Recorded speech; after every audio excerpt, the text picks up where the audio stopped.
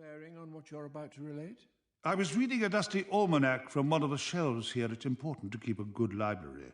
I was looking for odd mentions of unseasonal insects, that sort of thing. And I happened upon a mention of a dancer called Miss Dot.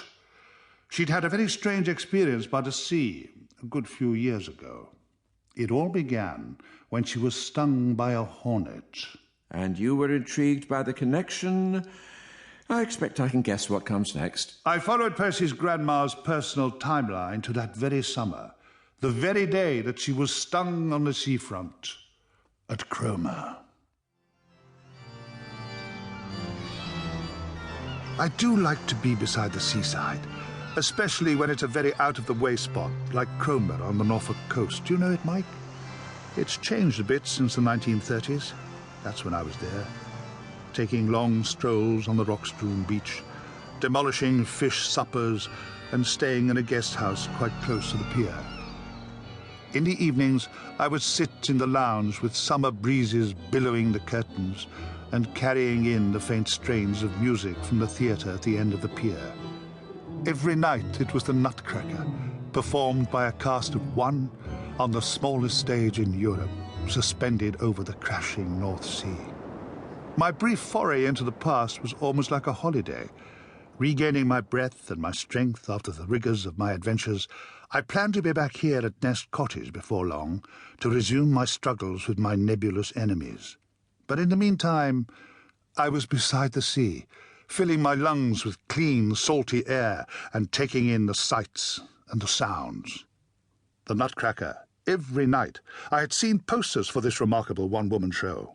Ernestina Scott, the nimblest ballerina in the world, apparently, was dancing her heart out on the stage at the end of Cromer Pier.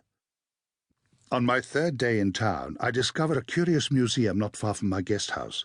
It was a musty, dusty, fly-blown place. All the glass cabinets and the windows were mottled with the dirt of ages. Even so, there was a delicious disorder about the place.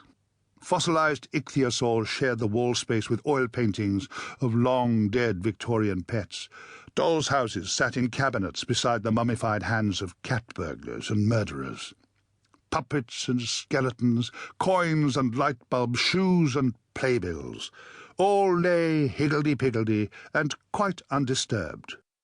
That morning as I entered the foyer, it seemed I was the only visitor to the neglected Museum of Curios. And yet I wasn't alone. Hello? Hello? Ah, good morning, sir. Madam, what a wonderful collection of old and decaying things. Charmed, I'm sure, sir.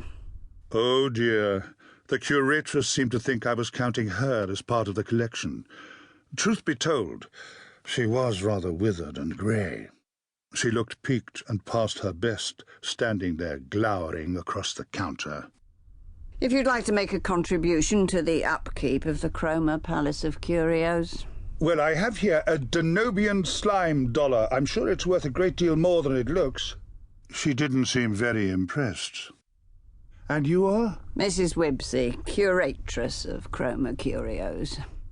This was how I first encountered that delightful, fun-loving soul. Not too far away in Norfolk, but several decades back. You're not very busy, are you? We have 2 visitors this morning. That's very unusual for us. Is it? People in this town are too frivolous. They come here to play in the amusement arcades, or to listen to the band in the park, or to waste their lives watching rubbish at the end of the pier. Too few people are interested in history, or in the relics of the past. Ah, but I am Mrs Wibbsey. I'm very interested indeed. You might even say I am a relic of the past. Really? Or the future. Who's to tell these days? I see. I watched with great pleasure as she stowed away the Danobian slime dollar in a cash desk, and I proceeded into the museum for a good old mooch about. I was just examining an alarming contraption for predicting storms when I became aware of the museum's other visitor that morning.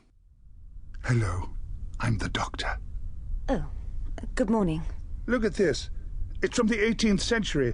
They thought that if they put leeches in these little bell jars, they would dance about as if there was an electrical storm coming, and that would somehow set off a kind of alarm system, and amazing ingenuity.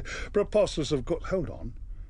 Don't I know your face? I never forget a face. Would you leave me alone, please? I've seen it on the posters all over